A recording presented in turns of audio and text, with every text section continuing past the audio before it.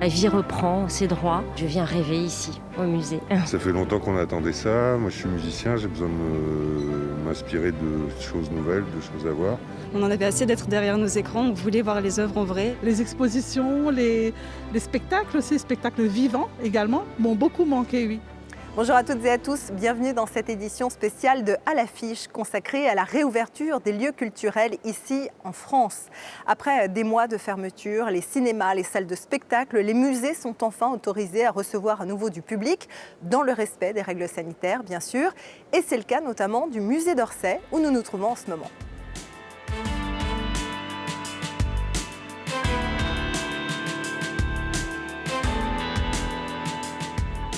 Laurence Descartes, bonjour. Bonjour. Vous êtes la présidente du musée d'Orsay. Merci d'être avec nous.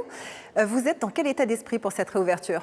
Eh bien, écoutez, très heureuse d'accueillir enfin les visiteurs après des mois et des mois de fermeture. Donc, toutes les équipes sont mobilisées. C'est un grand moment d'émotion, et de joie et d'émotion. Qu'est-ce que vous avez prévu comme événement marquant pour cette réouverture ? Alors, on a plein de choses à proposer aux visiteurs. On a recalé intégralement notre programmation d'exposition pour être prêt sur cette nouvelle date. Donc une très grande exposition dans laquelle nous sommes actuellement, les origines du monde, l'invention de la nature au XIXe siècle, une exposition sur la peinture suisse de la fin du XIXe siècle et une exposition de photos sur un artiste français, un des pionniers de la photographie française, Giraud de Prangé, plus la grande installation dans la nef d'Orsay, le film de Laurent Grasso, et au musée de l'Orangerie, Renoir Magritte, donc une très belle exposition extrêmement originale qui ouvre en même temps ses portes. Alors c'est une réouverture quand même dans des conditions particulières. Après le premier confinement en juin 2020, vous aviez pu rouvrir. À l'époque, il y avait déjà une jauge. Là, comment ça se passe cette fois-ci ? On a aussi une jauge, donc c'est un visiteur pour 8 mètres carrés. C'est le premier temps de la réouverture pour aller vers une jauge, j'allais dire, à 100% normale dans le courant de l'été. En tout cas, c'est ce que nous espérons. Donc, ce qu'il faut dire à vos téléspectateurs, c'est qu'il faut réserver absolument. Il faut passer par la pré-réservation, par nos sites Internet. Vous n'attendrez pas et vous allez pouvoir visiter ces expositions et les collections permanentes des deux musées dans des conditions extrêmement confortables, avec tout le temps et tout l'espace nécessaire pour profiter à nouveau de ces œuvres. Alors, il y a d'autres lieux culturels qui vont ouvrir avec des jauges imposées également. C'est le cas notamment des cinémas. On va retrouver justement notre spécialiste du 7e art, Thomas Borez. C'est le moment que toute la filière du cinéma attendait, la réouverture des salles de cinéma avec certes une jauge de 35% jusqu'au 9 juin. Elle passera ensuite à 65% avant une levée totale des restrictions. Ce sera le 30 juin. Le 30 juin, c'est aussi la date de l'ouverture de la fête du cinéma dans toute la France où pendant quelques jours, la place de cinéma sera à seulement 4 €. Et puis dans la foulée, l'ouverture du Festival de Cannes qui a été décalée en juillet. Alors, pas de pop-corn ni de confiserie pour fêter ça. Les gestes barrières sont évidemment toujours de mise dans les salles de cinéma. Un couvre-feu qui a été également décalé à 21 h. Alors si les exploitants, en tout cas certains, s'étaient montrés prudents lors de la première réouverture des salles en juin l'année dernière, tous ont décidé de jouer le jeu aujourd'hui, preuve d'un réel vraiment optimiste. Le retour des blockbusters, tant attendu par les exploitants, lui est annoncé au 7 juillet avec Black Widow. Black Widow, c'est le film de super-héroïne Marvel avec Scarlett Johansson. Dans la foulée, il y aura Fast and Furious 9 le 14 juillet ou encore Suicide Squad 2 le 4 août. Voilà, alors en attendant, il y a l'embarras du choix cette semaine dans les salles avec 40 films à l'affiche et beaucoup trop, diront certains. Alors bien sûr, il y a certains films qui avaient été coupés dans leur élan. C'est le cas de Adieu les cons d'Albert Dupontel, auréolé depuis de 7 Césars, ou encore Garçon chiffon, le film de et avec Nicolas Maury, l'acteur de 10%. Et bien justement, on va l'écouter tout de suite, Nicolas Maury. Et c'est une joie absolument immense et c'est surtout que ça dépasse l'histoire de mon film. C'est que j'ai l'impression que c'est toute une société qui retrouve cet état vibrant d'être spectateur. Et je trouve que Garçon chiffon se pose là parce qu'il est là pour réparer, peut-être pour aller vers la tendresse, enfin.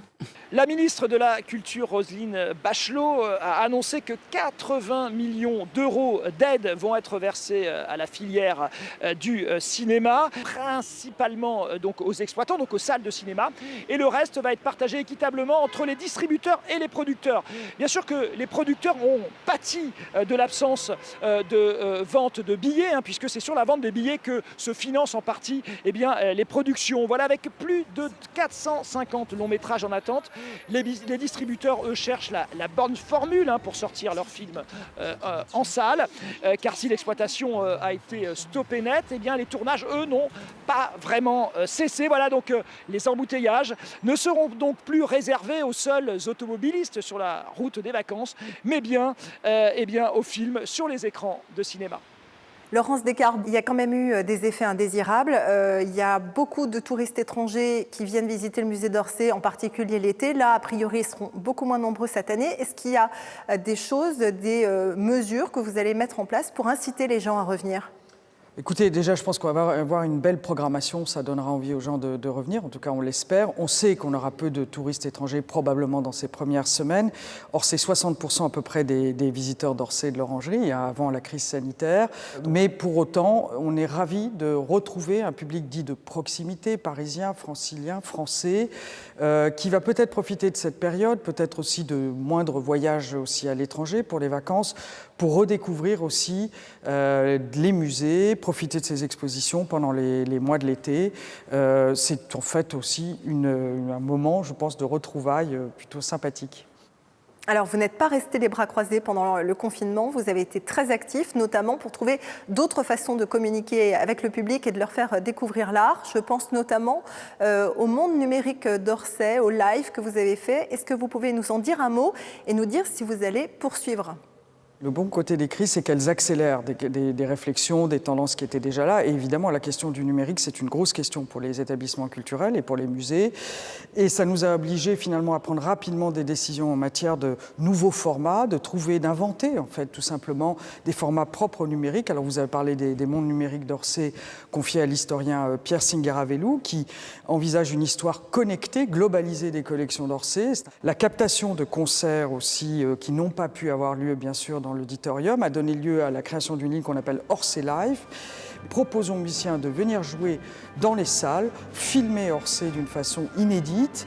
Et les musiciens ont adoré, puisque l'Orchestre de Paris, par exemple, est venu jouer magnifique Boléro de Ravel il y a quelques temps. Vous avez aussi développé des projets avec Maëlys de Kerangal ou Isabella Rossellini ? Absolument, oui, on est très attachés à cette polyphonie. C'est important que des voix d'aujourd'hui, des sensibilités d'aujourd'hui s'emparent de nos collections, s'emparent de nos projets. Alors Maëlys de Kerangal nous a fait l'amitié de nous accompagner dans un projet qu'elle a partagé avec des jeunes autour de la représentation du livre, de la lecture, et ça donne une très jolie exposition qui est sur la passerelle du 4e étage du musée d'Orsay.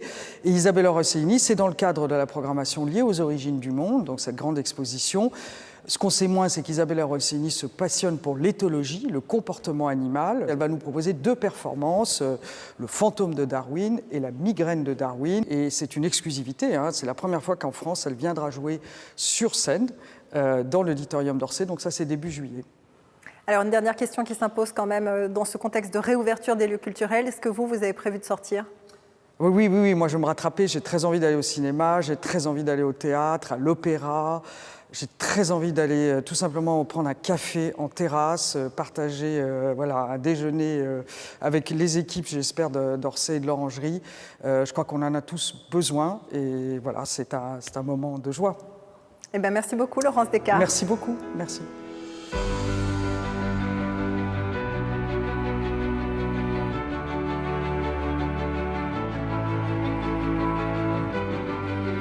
Parmi les sorties culturelles à nouveau autorisées, il y a aussi le théâtre. Dans certains établissements, c'est l'effervescence avec les dernières répétitions ou la réouverture de la billetterie. Mais pour d'autres, les conditions sanitaires sont trop restrictives. Ils ont préféré ne pas rouvrir. Regardez ce reportage de Julien Sauvaget et Elodie Radnac. Enfin de retour sous les lumières. Urbain Courty retrouve avec plaisir la scène, mais aussi avec beaucoup de trac, après plusieurs mois d'abstinence forcée. C'est comme si on n'avait plus fait de scène. Non, il y a un effet de trac et il est pour tout le monde. Je l'ai vu vraiment pour tout le monde.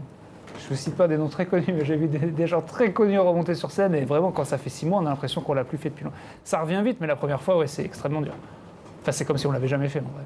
Et ce retour oblige à quelques adaptations. Tu joueras avec masque ou sans masque ? Non, je joue sans. Non, j'ai jamais joué avec, pour le coup. Non, mais ça, j'ai pas trop... Là, les gens sont quand même relativement loin. En plus, on va être quoi, 35% si on est complet ? Dans cette salle de 100 places, le calcul est rapide, cela fait 35 spectateurs dans un premier temps. On est surtout très excités et on sait le public va être hyper indulgent, hyper friand, est en attente, est hyper excité. On sait que ça va rire, ça va applaudir 2 fois plus que d'habitude. Mais cette reprise ne se fait pas sans sacrifice, impossible de rentabiliser avec si peu de public. Pour ce théâtre, l'important était de retrouver ses spectateurs, même à perte. C'était mieux de rouvrir à 35 que pas du tout réouvrir. Économiquement, c'est pas viable de toute façon, mais le fait d'avoir une personne au plateau, tout le monde peut prendre ce risque-là. Voilà, on y va en se disant on va s'organiser suivant la recette du soir, on va améliorer, on va s'ajuster, tout le monde va, voilà, on va trouver un terrain d'accord, si je puis dire, économiquement. Le Lucernaire, un autre théâtre parisien, a lui choisi de ne pas rouvrir, justement pour des raisons économiques. Économiquement, financièrement, réembaucher toute une équipe, faire avoir des frais de publicité, de promotion, de communication sur les spectacles, c'est extrêmement difficile, extrêmement compliqué et assez dangereux même pour notre économie. En attendant, ils ont donc choisi de terminer des travaux de rénovation afin de mieux accueillir l'intégralité des spectateurs pour la rentrée à la fin du mois d'août. C'est déjà la fin de cette émission. Merci à vous de nous avoir suivis. Avant de se quitter, une dernière recommandation culturelle. L'exposition Moriyama Tomatsu Tokyo, c'est à voir à la Maison européenne de la photographie. Les 2 grands maîtres de la photographie japonaise de l'après-guerre ont immortalisé la capitale nippone à travers plus de 400 œuvres, dont la plupart sont exposées à Paris pour la première fois. C'est à voir jusqu'au 24 octobre prochain. À très bientôt sur France 24 ou dans les lieux culturels.